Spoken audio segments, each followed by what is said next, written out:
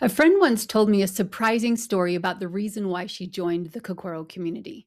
We were at a retreat together and we were doing a dancing exercise, removing and releasing emotional energy. Months later, she told me the reason why she joined was because she saw me dancing at that retreat, not necessarily because I was a good dancer, but she saw me going for it, 100%, letting go, just being free. And the feeling that I had from her is that she wanted to be that free.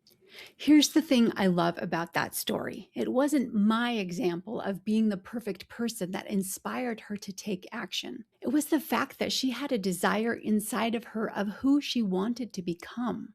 That freedom that she wanted to feel was calling her. It was the whisperings of her soul. She didn't need more knowledge. She didn't need another book or a class. She already had the knowledge that she needed inside of her, of who she wanted to become. And it was simply up to her to take that one next step to move forward. Most of us have fears and inhibitions about judgment and criticism, things that stop us from actually being our true selves, being who we are born to be. We wonder about the criticism in our mind. What will people think? What will they say? What will they judge me? And then we have that inner critic that says, you're not good enough. What if I embarrass myself? Knowing is not the problem. Feeling safe enough in our bodies to take action and move forward is what stops us and pulls us back. The reason is not the knowledge or knowing what you should do. The truth is something much deeper underneath, needs to be connected to who you truly are and have that vision of where you're going. And sometimes the reason why we can't do that is because we don't feel safe in our body. We don't understand what's actually happening in our minds that's pulling us back away from what we truly want. In our hearts, I think most of us know that we should set boundaries. We should speak up and use our voice or have that difficult conversation.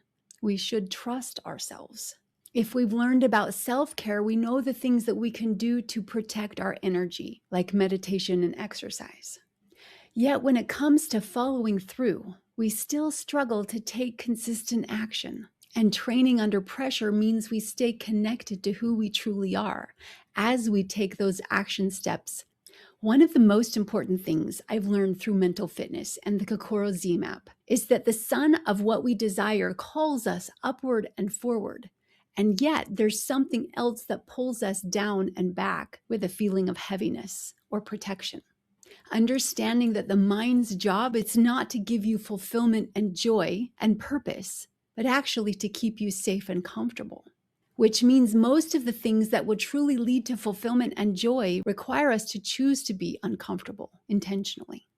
Speaking up can feel uncomfortable. Setting boundaries, starting something new, and stepping into a place where you are seen and heard by other people.